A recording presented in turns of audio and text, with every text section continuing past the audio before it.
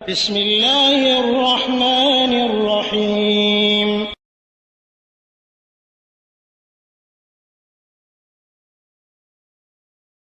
আসসালামু আলাইকুম রহমতুল্লাহি ওয়া বারাকাতুহু।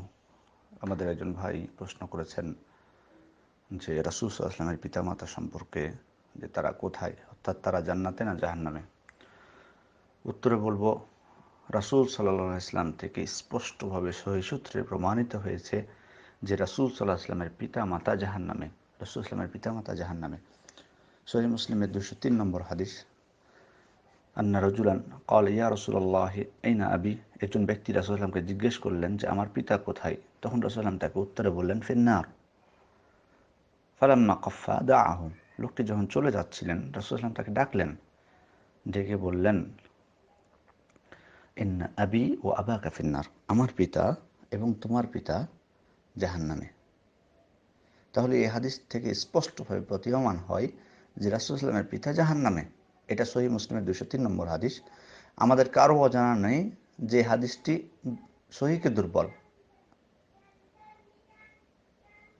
অনেকে বলে থাকেন যে তাদের কাছে দাওয়াত পৌঁছেনি বিধায় তারা জাহান্নামে যাবেন না, কিন্তু এই কথাটি সঠিক নয়। কারণ রাসূল সাল্লাল্লাহু আলাইহি ওয়াসাল্লামের নবুয়তের আগে যারা ছিলেন, তার পিতামাতা বা দাদা, তাদের নিকট ইব্রাহিম আলাইহিস সালাম সহ অন্যান্য নবীদের দাওয়াত পৌঁছেছিল, যেমনটি ইমাম নাওয়াবী রাহিমাহুল্লাহ বিস্তারিতভাবে বলেছেন এই বিষয়ে।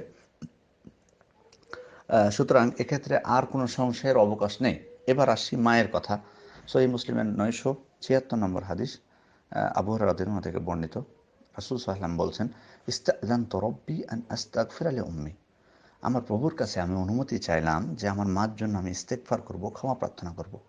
ফালাম ইয়াযান লি, কিন্তু আমাকে তিনি অনুমতি দিলেন না। ওয়াস্তাযানতু আন আযুরা কবরাহা ফাআযিনা লি। তারপর আমি আল্লাহর কাছে অনুমতি চাইলাম যে আমি তার কবরটা জিয়ারত করব, তখন আল্লাহ তাআলা আমাকে সেটার অনুমতি দিলেন। এই হাদিস থেকে মুহাদ্দিসগণ বলছেন যে স্পষ্টভাবে প্রতীয়মান হচ্ছে যে কাফের মুশরিকদের জন্য ক্ষমা প্রার্থনা করা যাবে না। তো রাসূল সাল্লাল্লাহু আলাইহি ওয়াসাল্লামের মা যেহেতু মুশরিক ছিলেন, কাফের ছিলেন, বিধায় রাসূল সাল্লাল্লাহু আলাইহি ওয়াসাল্লামকে তার জন্য ক্ষমা প্রার্থনা করতে অনুমতি দেওয়া হয়নি। যদি মুসলমান থাকতে তাহলে তো অনুমতি ছিল, এটা স্পষ্ট। আমরা আমরা বলুন তো, আমরা যে কোনো মুসলমানের জন্য ইস্তেগফার করতে পারি না? তাহলে সেক্ষেত্রে রাসূল সাল্লাল্লাহু আলাইহি ওয়াসাল্লামের জন্য বাধা থাকবে কেন? তো এটি তো স্পষ্ট এখানে। আর কবর জিয়ারতের কথা, অনেকে বলবেন যে কবর জিয়ারতের অনুমতি কেন দিলেন? কবর জিয়ারতের সাথে ইস্তেগফারের সম্পর্ক নেই।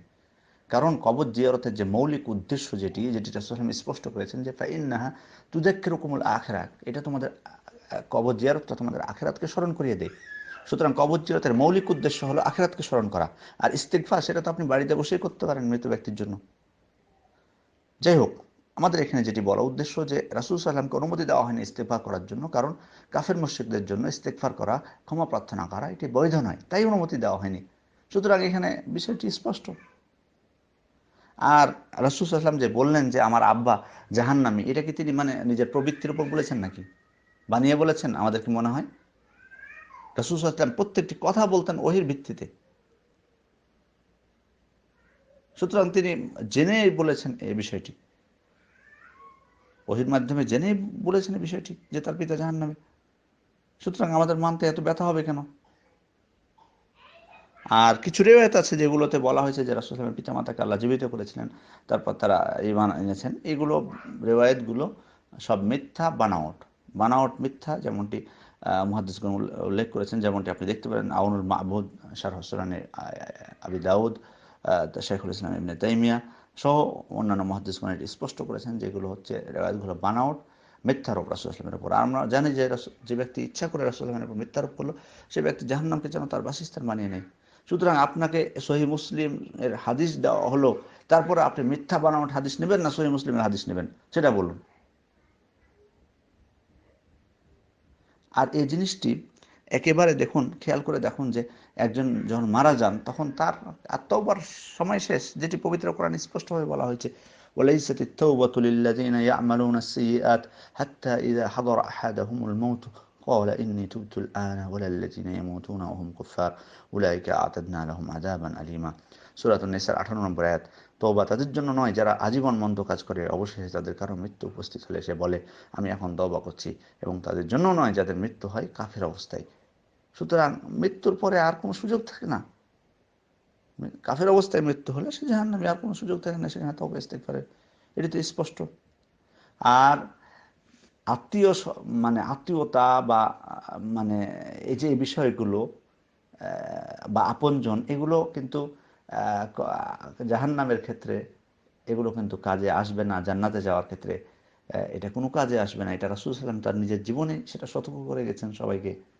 কেন আমরা জানি না? সহিহ বুখারী 2753 নম্বর হাদিস, যেখানে রাসূল সাল্লাল্লাহু আলাইহি ওয়াসাল্লাম যখন আয়াত নাযিল হলো ওয়া আনজির আশিরাতাকাল আকরাবিন, অর্থাৎ আপনি আপনার নিকট আত্মীয়দেরকে সতর্ক করে দেন, তখন রাসূল সাল্লাল্লাহু আলাইহি ওয়াসাল্লাম কি বলেছিলেন? সকলকে, আত্মীয় স্বজনদেরকে বলেননি তিনি যে তোমরা তোমার আত্মরক্ষা করো?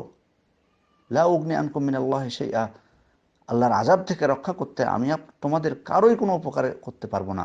শেষে তিনি তার কন্যা ফাতেমাকে লক্ষ্য করে বলেছিলেন, ইয়া ফাতিমা বিনতে মুহাম্মদ সালিনি মিন মা শি'তি মিন মালি লা উগনি আনকি মিনাল্লাহি শাইআ, অর্থাৎ ফাতেমা, জেনে রাখো আমার ধন সম্পদ থেকে যা ইচ্ছা তুমি নিতে পারো, কিন্তু আল্লাহর আযাব থেকে রক্ষা করতে আমি তোমার কোনো উপকারে আসবো না।